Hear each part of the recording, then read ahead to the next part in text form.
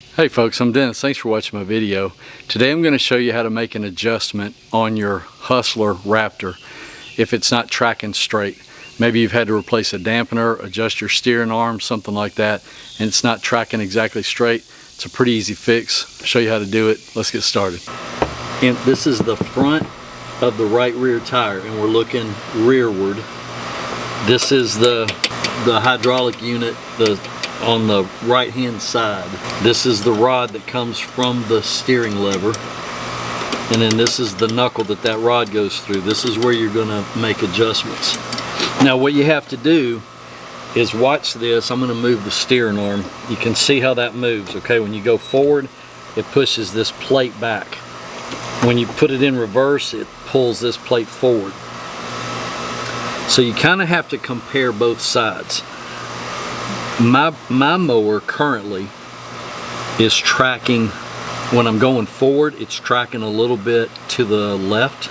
So what I've done is I've compared the position of this plate on the left and the right side at comparable positions for the steering arms. So for example, the right side, when I push it all the way forward, is hitting this limit cap screw before the left side does. So what I need to do is I need to make this plate come forward just a little bit to balance the right side with the left side. Now you could do it on either side. It just depends on what your particular mower is seeing. Sometimes it's just trial and error. You have to, maybe move it a half a turn or something, try it, and then come back and readjust until you get it right. But so here's once you determine which plate has to move, you go to that side. They're both the same. You got a rod, the linkage rod, you got the adjustment nut, and then 2 lock nuts. Also, I'm assuming that you have no damage. That's the first thing you want to check, by the way. I should have mentioned that first. Check all your linkage, your plates, your arms, all that kind of stuff. Make sure nothing's damaged. You need a 1/2 inch wrench, and it's a little tight. If you can't work in here, then you're going to need to jack it up and take the rear tire off.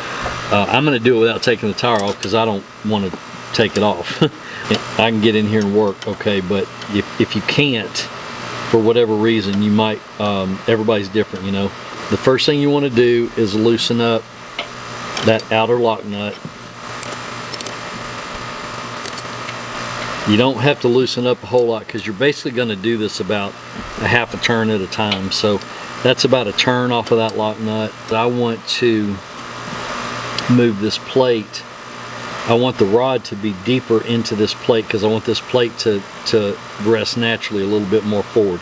So what I need to do then in this particular case is I need to loosen this nut and tighten this one. I'm going to I've loosened the lock nut. I'm going to loosen this one.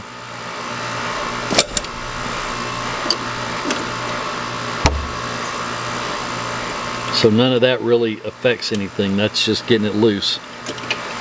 Now what I'm going to do is I'm going to tighten this nut about a 1/2 a turn. Maybe a full turn. I might start with a full turn. Alright, that'll be enough. Then I'm going to tighten this one back up. And then I'm going to tighten this lock nut back up so it doesn't move. I suspect, I can't see it really, but I suspect that lock nut is like an aircraft nut, so it won't spin real freely. So yeah, I've loosened this adjustment nut and I've tightened this one, so that's moved the rod a little bit further back by a turn or so, which will move this plate a little bit forward, and then that should take care of my problem. And what I'll do is once I tighten this lock nut down, I'm just going to try it and see if I've adjusted it enough or too much, and I'll come back and adjust accordingly if not, until I get it right. So that's really all there is to it, and once you get them balanced, then you're set. I think it's easier to adjust it back at the rear axle where we just did, but if you don't want to do that, you can actually get right in here on the bottom of the control arm. Sorry. on the bottom of the control arm, follow it to the bottom. This is that same rod that we just adjusted. There are adjustment nuts on that rod on the control arm end too. Like I say, I don't think that's as easy to get to as back at the control plates, but you can do that if you want to.